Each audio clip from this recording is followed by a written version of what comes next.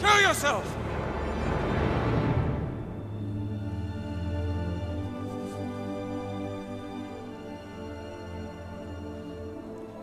It cannot be.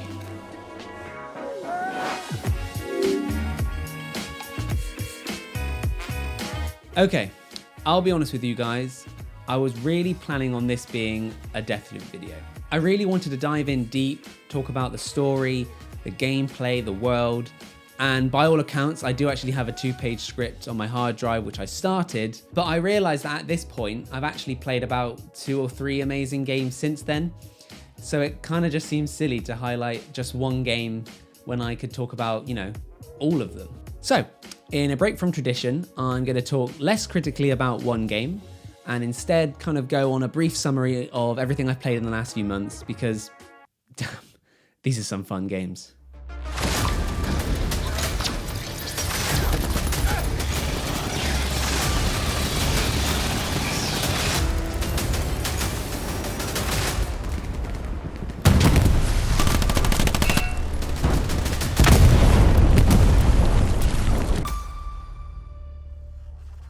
Right then, starting off, I may as well try and salvage some of my hard work, so let's first talk about Deathloop. Deathloop tells the story of Colt Van, a man hell-bent on breaking a time loop that is preventing him from living past a single day on the island of Black Reef. Yep, it's Groundhog Day, but with guns. In order to break the loop, Colt must kill 8 visionaries, the people who backed the loop's initial creation, all within one day. If Colt fails to kill even one visionary or is himself killed during his attempt, the loop will reset once again. Good thing I'm one stubborn motherfucker.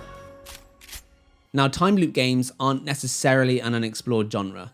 Outer Wilds, 12 Minutes, and Returnal are just a handful of other games that use a loop mechanic. Deathloop, however, sets itself apart with its 60s-inspired world, gorgeous art style, and witty dialogue to deliver its own incredibly entertaining spin, where each new loop feels like an expansion to an already packed playground. Try your hardest to make this interesting. Whoa. What the fuck is this? Kinesis. Deathloop feels right at home if you've played any previous Arcane title. The heads-up display, the feeling of movement, the art style, all these elements harken back to their other games, albeit with slight adjustments and tweaks to fit the universe.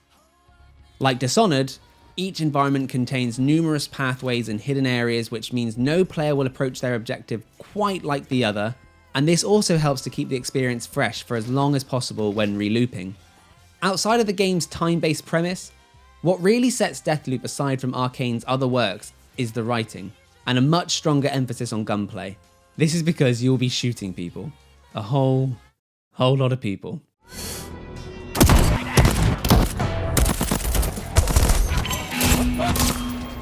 Guns feel great to use in Deathloop.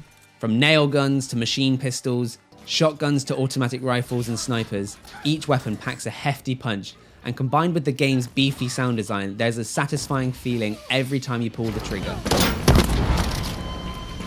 For those craving to get up close and personal, first I recommend talking to a psychiatrist. Second, there is a machete that you can pick up early into the game to allow for quick and sometimes really brutal silent kills.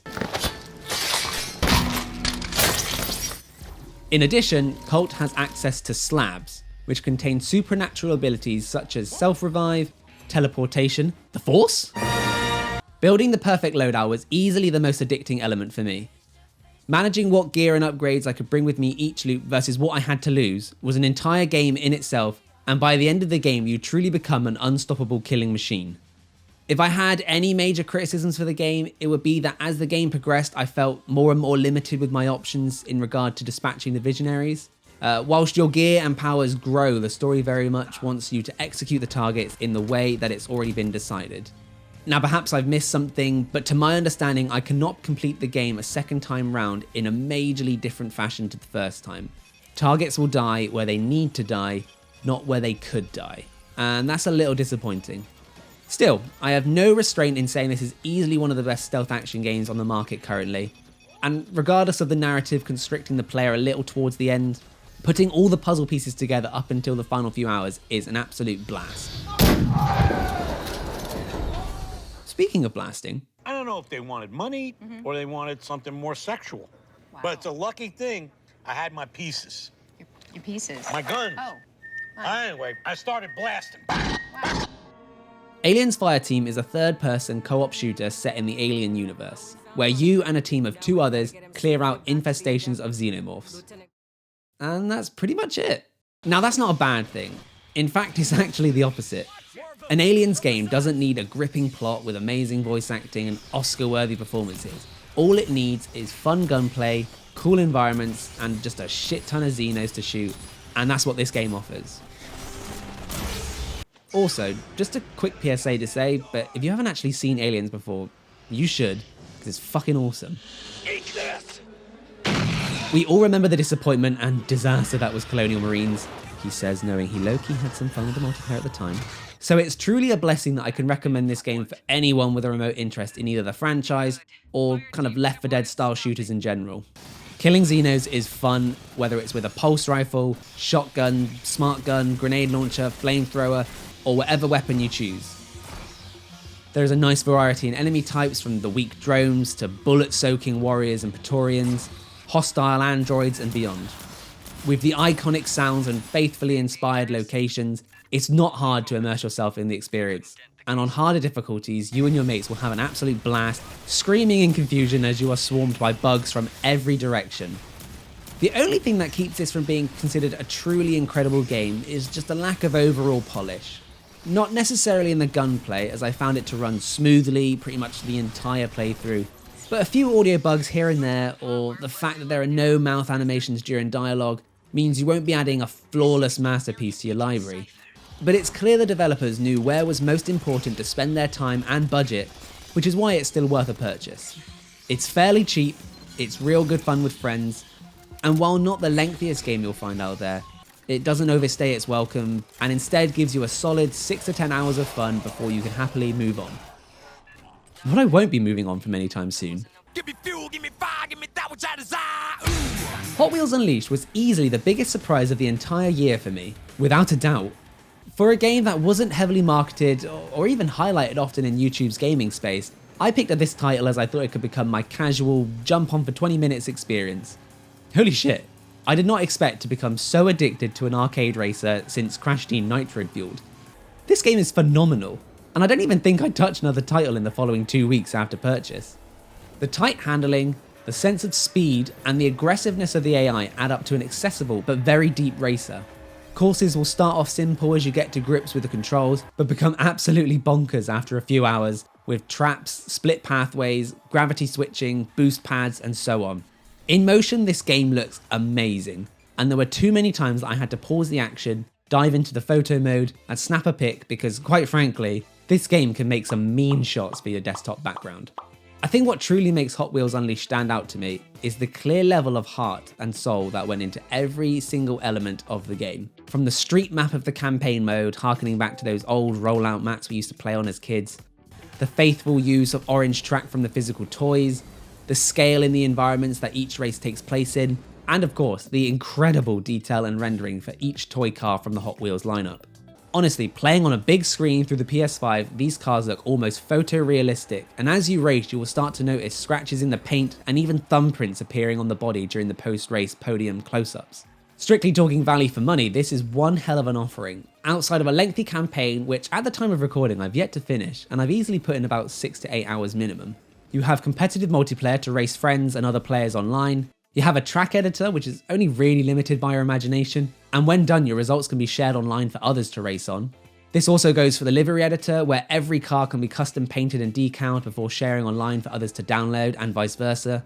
For example, as soon as I saw the Daytona car, I just knew I had to create my own custom livery for the King from Pixar's Cars. It's objectively the best Pixar film, don't at me.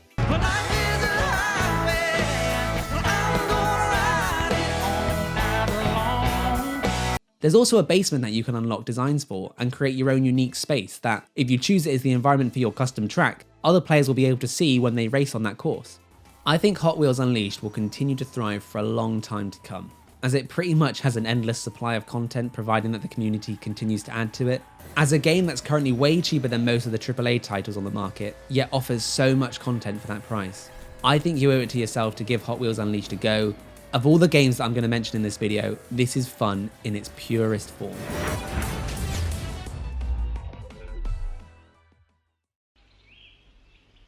And now for something completely different. Hot Wheels is all about fun, accessible quick bursts of adrenaline that can lead to longer play sessions, but it doesn't ask that of you. Hell Let Loose, on the other hand, requires everything on the other end of the scale. This is a World War II shooter that is more focused on realism and tactics than it is flashy animations and wacky operators. A hero shooter, this is not. You will die quick, and you will die a whole lot if you are careless. In most cases, a single bullet can put a player down, and if not a vital organ or a headshot, if you are hit and you survive, you will need to quickly get out of the action to bandage up before you bleed out on the battlefield. There's minimal HUD, very limited visibility due to the size and density of the maps you play on, and matches tend to last an hour or more dependent on how well a team can work together. Personally, and many will say I'm wrong for this opinion, but communication isn't crucial if you really wanted to play it Lone Wolf style and still get some enjoyment. But if you find a squad with mics, your experience will be all the better for it. Regardless, team play is a must, as careful use of resources, flanking routes, and support to your teammates will be the deciding factor between win or lose. Hell Let Loose offers a ton of roles for players to fill, from basic riflemen to support classes, medics, officers, and even commanders who then dish out orders to officers in order to coordinate squads effectively. Now, my only warning to you is this: don't buy this game unless you are prepared to put the time in and learn the mechanics. I won't lie to you, this one takes a while to get used to. Now, as a PS5 owner, I was fortunate that it was free to download through PS Plus at the time. Had it not been for the fact I knew I had not spent money on it, it was certainly less frustrating getting over that learning curve. In my first game or two, I really wasn't sure it was for me, but after playing a few more, learning how the objectives work, how to be more reserved with my movements, and the synergy between class types, I'm absolutely addicted to this game. I never expected the hardcore simulation style shooter to appeal to me, but I honestly can't see myself returning to more casual shooters like COD or Battlefield for a long time now. If you fancy picking it up, then give me a shout, because I'd love to get a squad going with mates and just have a blast. There will be times where you spend 5 minutes running to the objective only to get instantly pinged by a sniper from a few hundred meters away, or just get turned into paste by artillery rounds. And yes, this can be frustrating. But when the game is firing on all cylinders and both teams are coordinating correctly, the atmosphere found here is fantastic. Keep running back. Fucking quit standing in the bunker. It's a one-way bunker. Go the other way. Jesus.